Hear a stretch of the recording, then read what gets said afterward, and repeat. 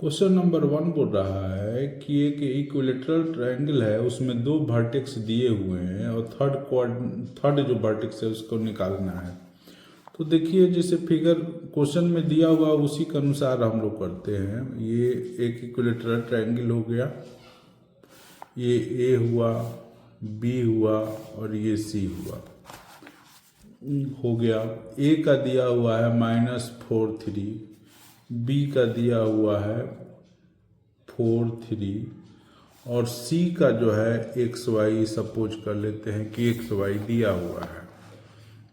तो हम लोगों को सी ही का निकालना है। तो इस हिसाब से अगर हम लोग देखेंगे, ये अगर इक्विलेटरल ट्रायंगल है तो इसका ए बी बी सी सी तीनों ही साइड इक्वल होंगे, इसलिए पहले हम लोग ए बी का निकाल लेते हैं। डिस्टेंस क्या होता है, ए बी का डिस्टेंस फॉर्मूले के अनुसार अगर रखेंगे, ये अगर 4 हुआ और ये 4 हो गया, माइनस है तो प्लस हो जाएगा। अब वाई वाला रखते हैं 3 और -3 हो जाएगा। डिस्टेंस फार्मूला हम लोग जानते ही है कि x2 - x1 का होल स्क्वायर और y2 - y1 का होल स्क्वायर, ये रूट में होता है। यह डिस्टेंस फार्मूला है, उसी पर हमने रख दिया है। तो ये तो 0 हो जाएगा और ये 8 का स्क्वायर हो गया इस तरह, और ये 0 हो गया तो ये 8 ही होगा। अब BC का हम लोग निकालते हैं। BC अगर हम लोग निकालेंगे डिस्टेंस, तो देखते हैं क्या होता है। ये होता है x - 4 और फिर y - 3 का स्क्वायर हो गया। फिर उसी तरह अब हम लोग AC का अगर निकालेंगे तो ये भी हो जाएगा x + 4 हो जाएगा, स्क्वायर करेंगे तो, और फिर y - 3 का होल स्क्वायर हो गया। अब हम इसी को आगे बढ़ाते हैं। अब AB BC इक्वल होता है, तो अब हम AB और BC और AC को इक्वल करते हैं, क्योंकि इक्विलेटरल ट्रायंगल है। Since BC = AC। अब BC का वैल्यू रखेंगे x - 4 का होल स्क्वायर, y - 3 का होल स्क्वायर रूट में, और ये हो जाएगा x + 4 का होल स्क्वायर प्लस y - 3 का होल स्क्वायर। अब दोनों तरफ हम स्क्वायर कर देंगे तो ये जो रूट है वो हट जाएगा। लिख देते हैं स्क्वायरिंग,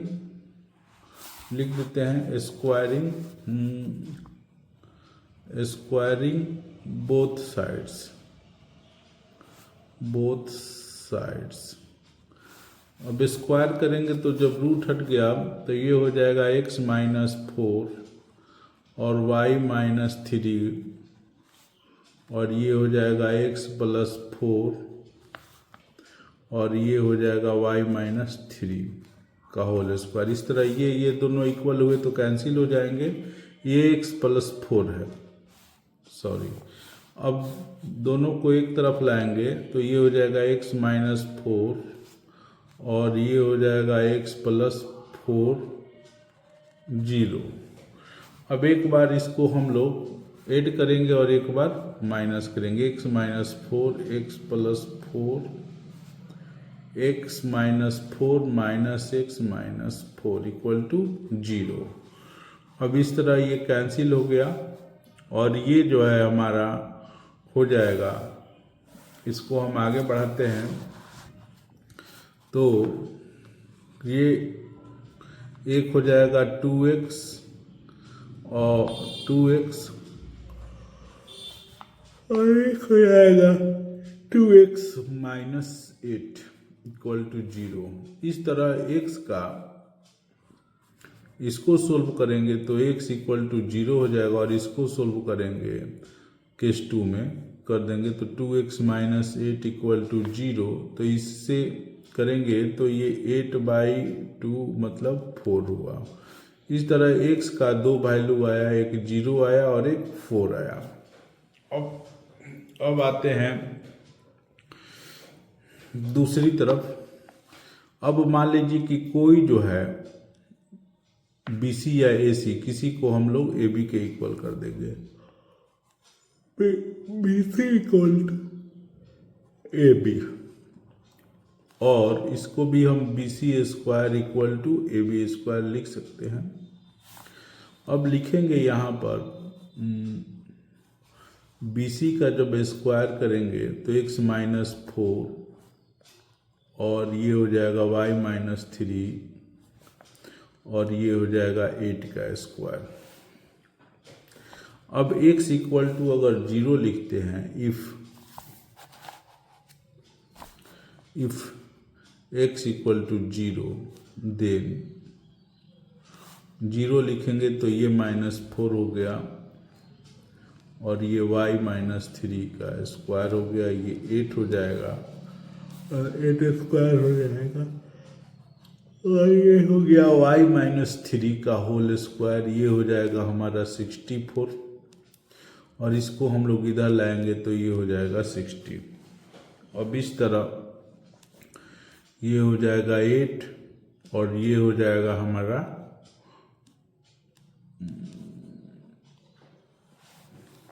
अब इसको हम लोग अगर करेंगे स्क्वायर रूट करेंगे तो y माइनस 3 इक्वल टू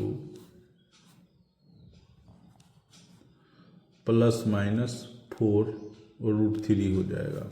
इस तरह y equal to 3 plus minus 4 root 3।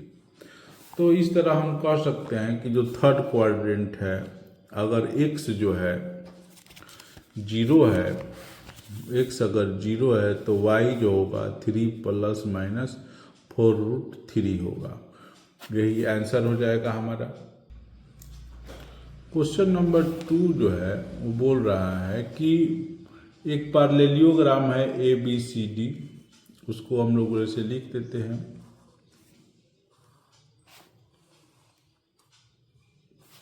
A B C D, इसमें 3 वर्टेक्स जो है वो दिया हुआ है, तो ए का हम लिख लेते हैं कोऑर्डिनेट जो दिया है, बी का भी लिख देते हैं 8 2 और सी जो है वो है 9 4 और डी हम लोग को पता नहीं है। और ये कह रहा है कि ई जो है वो मिड पॉइंट है डीसी का, ई जो है ये मिड पॉइंट है डीसी का, जिसका कोऑर्डिनेट जो है वो दिया हुआ है, मिड पॉइंट है, कोऑर्डिनेट नहीं दिया हुआ है, ये इक्वल है। अब कह रहा है कि ए डी ई का एरिया निकालना है, ए डी ई का, इसी का एरिया निकालना है हम लोगों को। ठीक है, तो उसको हम लोग सोल्व करते हैं। पहले हम लोग पॉइंट डी का, पहले हम लोग डी का कोऑर्डिनेट निकालते हैं। तो इसके लिए हम पहले ए सी इसको इसी तरह मिला देते हैं और फिर बी डी को भी मिला देते हैं। डी का जो हम मान लेते हैं कि एक्स वाई है। अब यहाँ के लिए पॉइंट ओ अगर इसको सपोज किया माना, तो इसके लिए इधर से आए या इधर से आए, कहीं से भी मिड पॉइंट लेंगे तो इसका कोऑर्डिनेट इक्वल होगा ओ के लिए। तो ओ के लिए अगर हम निकाल रहे हैं x का, तो ये हो जाएगा x प्लस 8/2 क्योंकि ये मिड पॉइंट है, और इधर से लेंगे तो ये हो जाएगा हमारा 9 प्लस 6/2 लेंगे, क्योंकि इधर से भी ये मिड पॉइंट ही होगा। तो x अगर लिए तो ये कैंसिल हो गया। अब ये देखिए x प्लस 8 हुआ और ये हो जाएगा 15। अब इसको अगर हम लोग इधर ले जाएंगे, x 15 माइनस 8 इक्वल टू 7 हो गया, देयरफॉर x इक्वल टू 7 हुआ। अब इसी पॉइंट के लिए अगर हम y का कोऑर्डिनेट, यहाँ पर जो पॉइंट है उसका अगर हम निकाल रहे हैं, यहाँ पर x है तो y भी होगा, तो उसी का अगर हम लोग कोऑर्डिनेट निकाल रहे हैं तो उसके लिए भी मिड पॉइंट से नहीं हम लोग करेंगे। तो उसके लिए अगर हम मिड पॉइंट करेंगे तो इधर से हम लोग अगर आए y और 2y प्लस 2/2 होगा उसका भी, और इधर से अगर हम लोग आ रहे हैं तो 4 प्लस 1/2 हो रहा है, तो 2 कैंसिल हो गया। इस तरह y प्लस 2 इक्वल टू 5 होगा, therefore y equal to 5 minus 2 equal to 3 हुआ। इस तरफ हम देख रहे हैं कि d का कोऑर्डिनेट जो है वो हमारा मिल गया, वो है 7 है और एक 3 है, एक्स वाई दोनों ही का मिल गया। अब हम जैसे कि हम देख रहे हैं फिगर में या जैसे लिखा हुआ है क्वेश्चन में कि सी डी का मिड पॉइंट ई है, तो सी डी का मिड पॉइंट ई है तो उसका हम लोग कोऑर्डिनेट निकालेंगे मिड पॉइंट थ्योरम से। तो ई के लिए हम लोग करेंगे, ई के लिए यहाँ जो x है और 9 है दोनों को जोड़ेंगे, मतलब x का वैल्यू तो 7 दिया है और इधर 9 दिया है, वो 2 हो जाएगा मिड पॉइंट है तो। और फिर y के लिए ये जो y का वैल्यू है 3 और फिर इधर का जो वैल्यू है y का वो रखेंगे और 2 से कर देंगे। तो इस तरह हम देखते हैं कि 7 9 16 और 16 हुआ और इसको हम लोग e के लिए 7 9 6 16/2 मतलब 8 हो गया और 3 4 7 7/2 ये e का हो गया। अब इस तरह हम लोग को जिस ट्रायंगल का एरिया निकालना है ADE, उसका तीनों ही कोऑर्डिनेट निकल गया है ADE का। अब एरिया ऑफ ट्रायंगल ADE या किसी भी का फार्मूला जो है एरिया निकालने के लिए x1 y2 minus y3 x2 और y3 minus y1 x3 y1 minus y2 लिख देंगे और इसी पर हम लोग अब निकालेंगे। तो चलिए इसका वैल्यू रख करके निकालते हैं। 1/2 हुआ, x1 अगर यहीं से 6 लिया जाए 6 तो y2 हमारा हो जाएगा, जो वैल्यू है यहाँ पर एक y का वैल्यू हो गया 7/2 और ये हो गया -4। फिर अगर x का वैल्यू लिया 8 तो ये हो जाएगा 4 माइनस 1। अब 9 लिया तो इसका वैल्यू हो जाएगा 1 माइनस y का वैल्यू क्या हुआ जी, y1 जो है 7/2। अब इसी पर हम लोग सोल्व करेंगे। 1/2 हुआ, सॉरी इस तरह 6 हुआ। अब ये 4 2 जा 8 हो जाएगा और 8 में से इसको घटाएंगे तो ये तो -1/2 होगा। अब ये देख ही रहे हैं 4 में से 1 घटाएंगे 3 हो जाएगा, तो 8 × 3 हुआ। और इसी तरह ये 9 होगा और ये हो जाएगा 2 में से इसको 7 को घटाएंगे तो हो गया -5/2। अब इसको हम लोग आगे बढ़ाते हैं। इसको हम लोग अगर कट रहा है तो कटा भी देंगे, देखिए ये थ्रू 3 से कटा दिए। अब इसका एरिया हो जाएगा 1/2 मॉड, ये हो जाएगा -3 8 3 24 और ये कैंसिल, ये -45/2 हो गया, -45/2। इस तरह 1/2 हुआ, इसमें से ये हो जाएगा घट जाएगा तो -21 माइनस हो जाएगा तो 21 हो जाएगा, ये 45/2 हुआ। 1/2 हुआ। अब इसको जब हम लोग एलसीएम निकालेंगे तो ये हो जाएगा 42 माइनस 45, इस तरह 1/2 और ये हो जाएगा -3/2। तो मॉड है, एरिया हमेशा पॉजिटिव होता है तो इसमें से निकलेगा एरिया तो 3/4 स्क्वायर यूनिट हो गया। यही हमारा यही स्क्वायर यूनिट हो गया, यही हमारा आंसर हो गया। क्वेश्चन नंबर 3 कह रहा है, 3 बोल रहा है कि एक ट्रायंगल है जिसमें ए बी सी पॉइंट है, उसका कोऑर्डिनेट दिया हुआ है। तो इसको हम लोग इस तरह कर लेते हैं, ये ए हुआ, बी हुआ और सी हुआ। तो ए का दिया हुआ है x1 y1, बी का x2 y2 एंड सी का x3 y3 दिया हुआ है।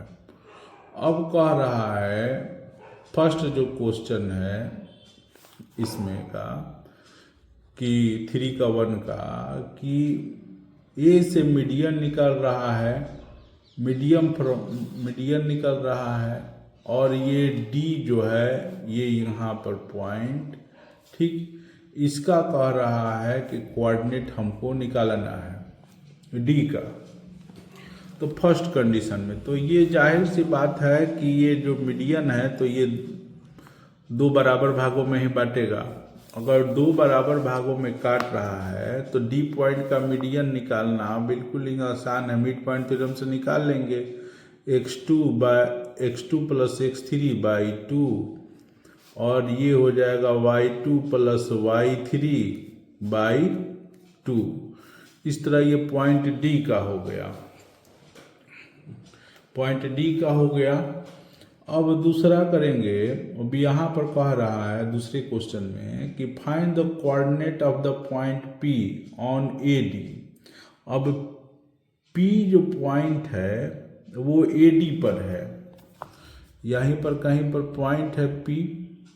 अब वो कह रहा है कि ए पी और ए डी का जो रेशियो है सेकेंड क्वेश्चन के लिए, ए पी और पी डी का जो रेशियो है, मतलब m रेशियो n जो है वो 2:1 है। तो हम लोगों को क्या करना है 2 क्वेश्चन में कि p का कोऑर्डिनेट निकालना है, पॉइंट p का। तो इसके लिए अब हम फार्मूला लगाते हैं, सेक्शन फार्मूला। x जो यहाँ पर पॉइंट होगा उसके लिए हो जाएगा mx2 जिसे होता है फार्मूला, तो m हो जाएगा 2 और यहाँ पर x हो जाएगा ये x2 प्लस x3 बाई 2 और ये 1 हो जाएगा n के जगह पर और ये हो जाएगा x1 और ये हो गया हमारा 2 प्लस 1। तो ये 2 कैंसिल हो गया, 2 कैंसिल हो गया। अब y के लिए अगर हम करते हैं तो y के लिए भी उसी तरह हो जाएगा 2 y2 y3 by 2 into 1 into y1 और यहाँ पर हो गया 2 प्लस 1। तो ये कैंसिल हो गया, ये 4 पॉइंट P के लिए है।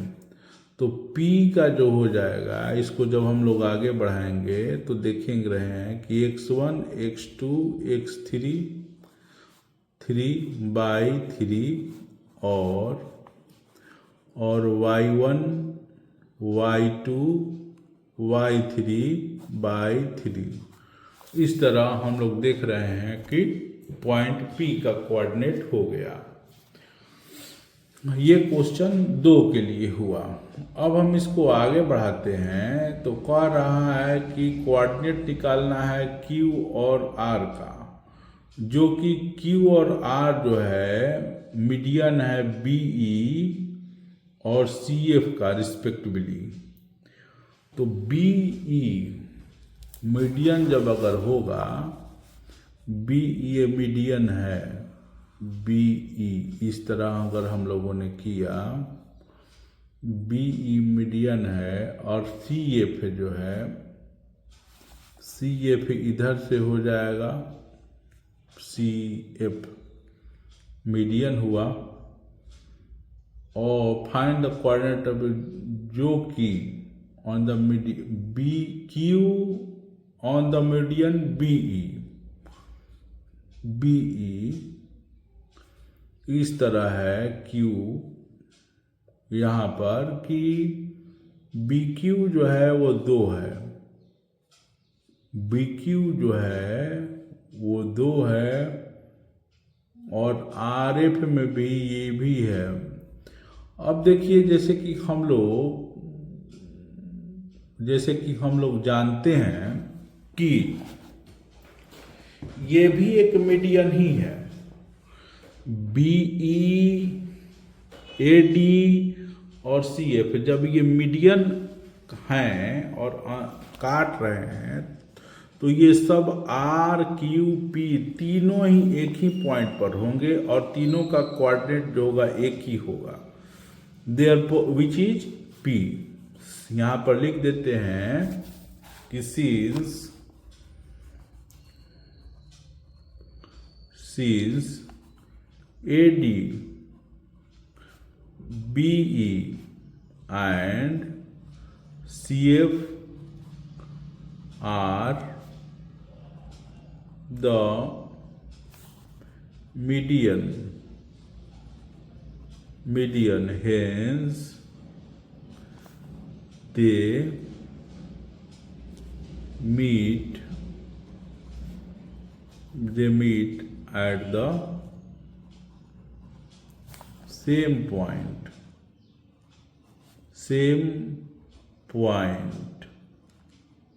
whether it be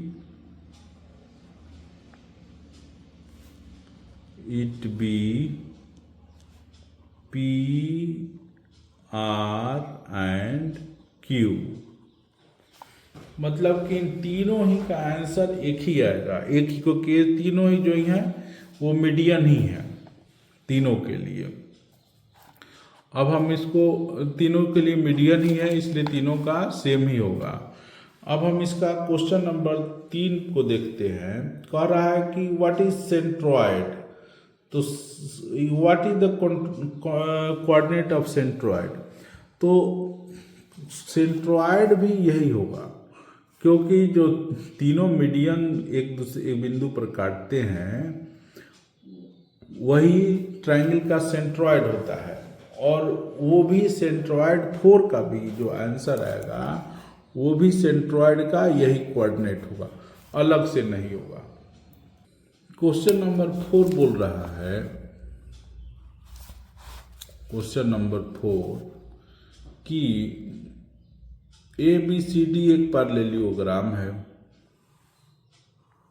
A B C D एक पैरेललोग्राम हमने फॉर्म कर लिया, ए बी सी डी। अब पैरेललोग्राम उनका कोऑर्डिनेट दिया हुआ है 1 है, 1 - 2 है, बी का 2 3, सी का 8 2 और डी जो है उसका दिया हुआ है -4 3।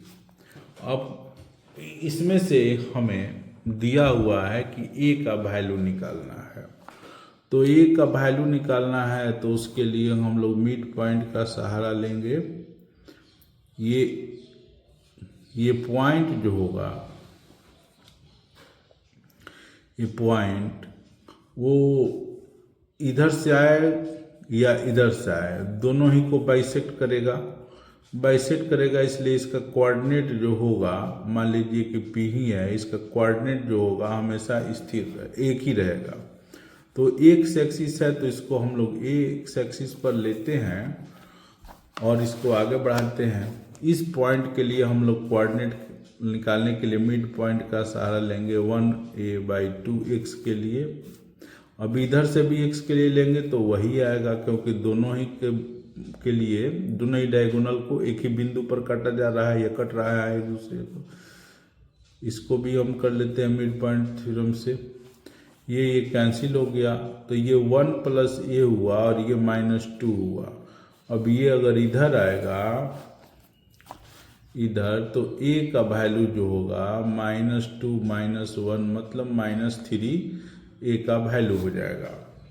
अब कह रहा है कि हाइट निकालना है ए बी के लिए। हाइट निकालना है तो उसको हम लोग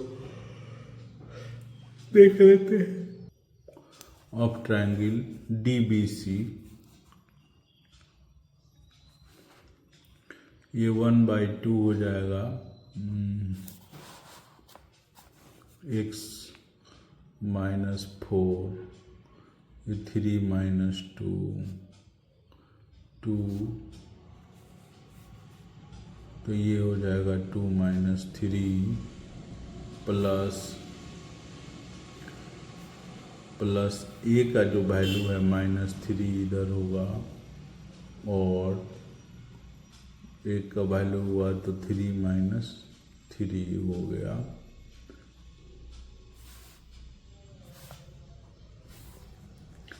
(1/2) mod -4 हो जाएगा, ये भी हो जाएगा हमारा -1 हुआ, 2 से गुना करेंगे -2, और ये हो जाएगा 0। अब इस तरह 1/2 -6 मतलब 3 हुआ, 3² यूनिट हो गया। अब AB का हम लोग निकाल लेते हैं डिस्टेंस। AB का डिस्टेंस निकालेंगे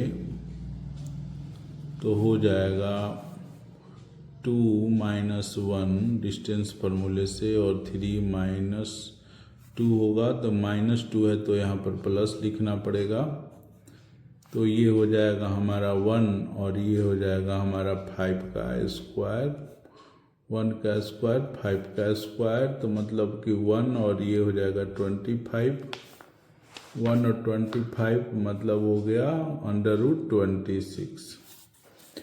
अब हमें AB से हाइट निकालना है, तो इस हिसाब से अगर हम लोग एरिया निकालेंगे, एरिया ऑफ ट्रायंगल ABD, तो 1/2 AB बेस हो गया और हाइट हो गया ये, तो 1/2 AB कितना हुआ भाई? AB तो दिया है यहाँ पर, सॉरी AB दिया है √26, और ये हो गया हाइट। अब ये एरिया और ये एरिया दोनों ही इक्वल होना चाहिए, क्योंकि एक ही चीज़ का है, क्योंकि पैरेललोग्राम का डायगोनल जो होता है एकदम एरिया दोनों ही इक्वल ही होता है, चाहे इस ट्रायंगल का हो चाहे इस ट्रायंगल का हो। तो इस आधार पर हम इसको करते हैं 1/26 × h, और ये हो गया 3।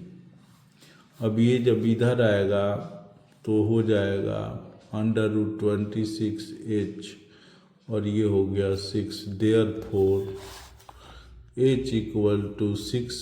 6/√26, यही उसका हाइट हो गया।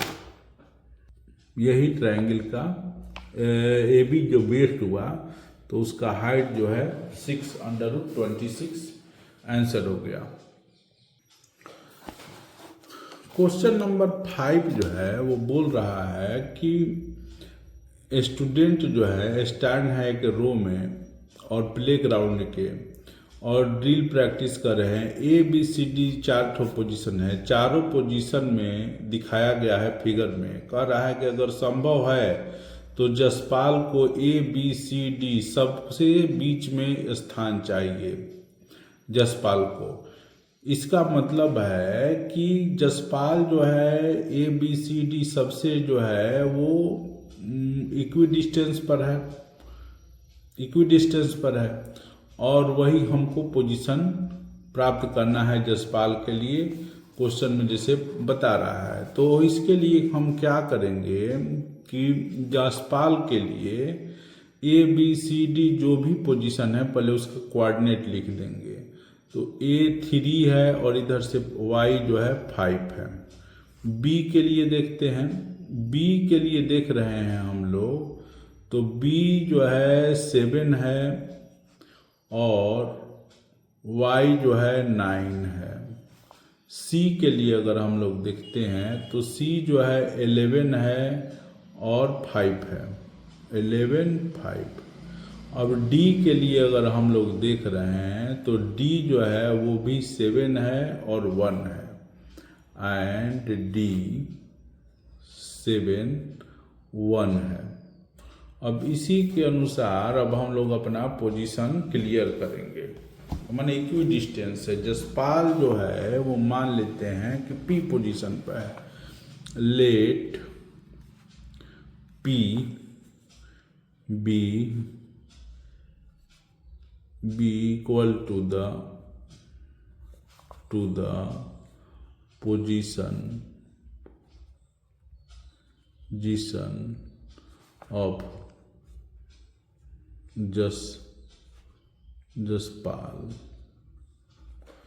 जसपाल P पर है तो इक्वी डिस्टेंस पर भी है, कह ही रहा है। तो ये अगर P जो है XY उसका कोऑर्डिनेट है तो AP BP CP सब इक्वल ही होगा। अब यहीं पर हम लोग क्लियर कर देते हैं कि AP अगर हम लोग निकालते हैं तो हो जाएगा x-3 और फिर y-5 का स्क्वायर। BP अगर हम लोग निकालते हैं तो BP हो रहा है x-7 प्लस y-9 का स्क्वायर। और CP इसी तरह CP निकालते हैं, CP तो x-11 और y-5 का स्क्वायर। अब DP निकालते हैं तो x-7 और y-1 का होल स्क्वायर। अब चूंकि सारा ही डिस्टेंस जो है इक्वल है, सारा डिस्टेंस इक्वल है तो जाहिर सी बात है कि BP और DP भी इक्वल ही होगा। अब इक्वल होगा तो इसलिए इसको हम अगर स्क्वायर करेंगे तो ये रूट हट जाएगा, x-7 और y-9 और ये भी हो गया x-7 y-5 का होल स्क्वायर। ये कैंसिल हो गया, ये कैंसिल हो गया। तब हम इसको आगे लिखते हैं y square 18y y square 25 10y। ये कैंसिल हो गया, ये कैंसिल हो गया।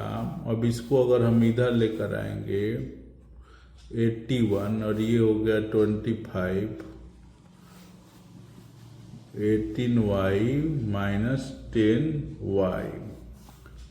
अब हम इसको सोल्व करेंगे तो ये हो जाएगा 8y और 6 हुआ और 7 में से 2 जाएगा 5, ये हो गया 7। देयरफॉर y इक्वल टू 7 हुआ। अब हम x के लिए अब हम दूसरा करते हैं। Since AP equal to CP भी होगा, P इक्वल टू CP। अब अगर स्क्वायर करेंगे तो ये भी उसी तरह x-3 का होल स्क्वायर y-5 का होल स्क्वायर और ये करेंगे तो x-11 का होल स्क्वायर और y-5 का होल स्क्वायर। अब जब हम y-5 का होल स्क्वायर, अब देखिए इसको तो कैंसिल कर देंगे तो यहाँ पर बचेगा क्या, x स्क्वायर 9 माइनस 6x और इसको करेंगे तो x स्क्वायर 1 to 1 और 22x हो जाएगा। a माइनस बी के होल स्क्वायर पर तोड़ दिया गया है, ये भी कैंसिल हो गया। अब देखिए इसको इधर लाएंगे 22x माइनस 6x, ये 1 to 1 माइनस 9। अब इसको अगर हम लोग घटाएंगे तो हो जाएगा 17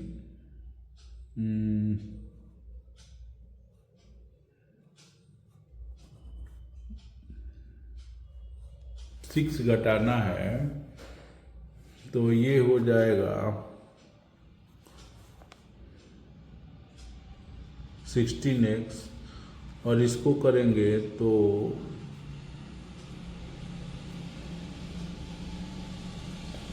अब इसको ये हो जाएगा 7। देयरफॉर P का 7 कोऑर्डिनेट आ रहा है। मतलब जसपाल के लिए पोजीशन जो होगा 7 होगा, जो सबके तरफ से इक्वल होगा।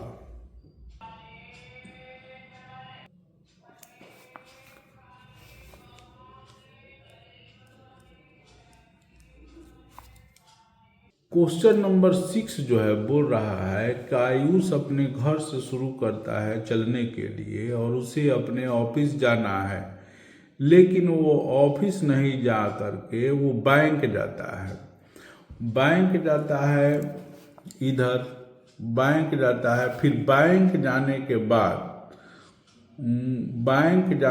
बाद वो वहाँ से अपने डॉटर के स्कूल जाता है, फिर डॉटर के स्कूल जाने के बाद तब वो ऑफिस जाता है। तो कह रहा है कि आयुष को कितना एक्स्ट्रा चलना पड़ा, ये बताना है। तो कितना एक्स्ट्रा चलना पड़ा, जबकि उनका कोऑर्डिनेट जो है वो दिया हुआ है होम का, बैंक का, ऑफिस का। तो इसके लिए हम लोग को डिस्टेंस फार्मूला लगाना पड़ेगा। तो वही डिस्टेंस फार्मूला हम लोग लगाते हैं और जो सबके बीच में जो डिस्टेंस दिया है वही निकाल लेते हैं, तभी इसको हम ठीक से कर पाएंगे। अब HB जो है हाउस और बैंक की दूरी है, डिस्टेंस फार्मूला से निकालते हैं तो 5 - 8 का स्क्वायर होगा और 8 - 4 का स्क्वायर होगा।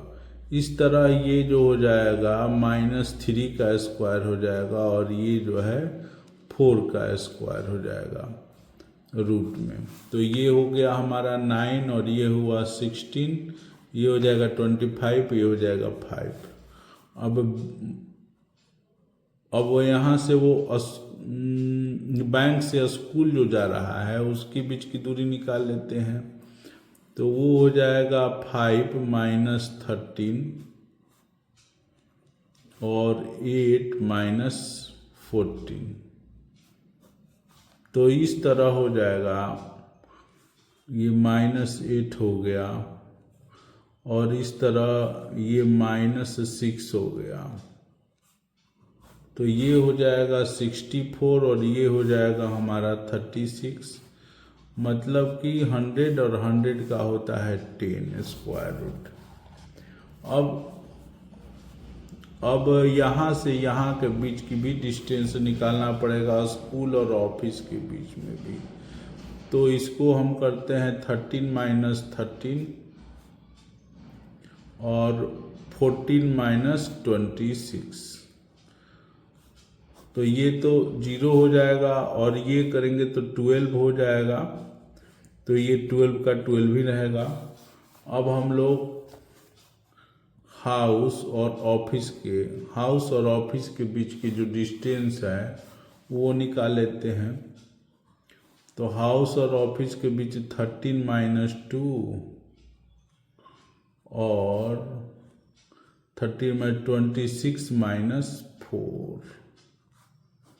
इस तरह ये 13 - 2 जो होगा वो 11 का स्क्वायर हो जाएगा और ये हो जाएगा 22 का। तो 11 का 1 2 1 और ये हो जाएगा 4 8 4। अब इसको हम लोग ऐड करेंगे तो ये हो जाएगा 5 8 और 2 6, 8 और 2 10 हुआ और 10 ये हो जाएगा 605। इसका जो डिस्टेंस होगा 602.59 हो जाएगा यूनिट। अब देखिए एक्चुअल में डिस्टेंस उसका इतना होना चाहिए, लेकिन वो चल कितना दिया है देखते हैं।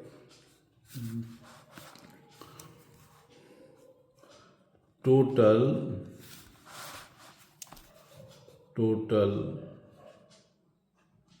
Distance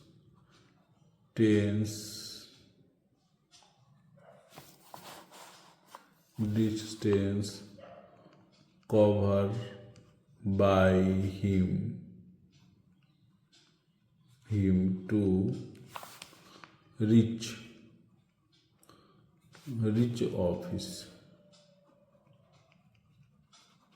office. हाउस से बैंक के बीच की दूरी 5, फिर बैंक से स्कूल के बीच की दूरी 10, फिर स्कूल से ऑफिस के बीच की दूरी 12। तो इस तरह ये हो जाएगा 27। तो कितना यूनिट वो ज़्यादा चला है?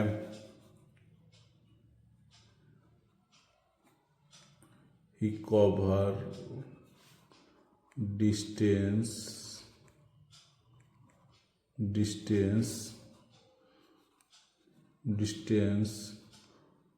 मोर टू reach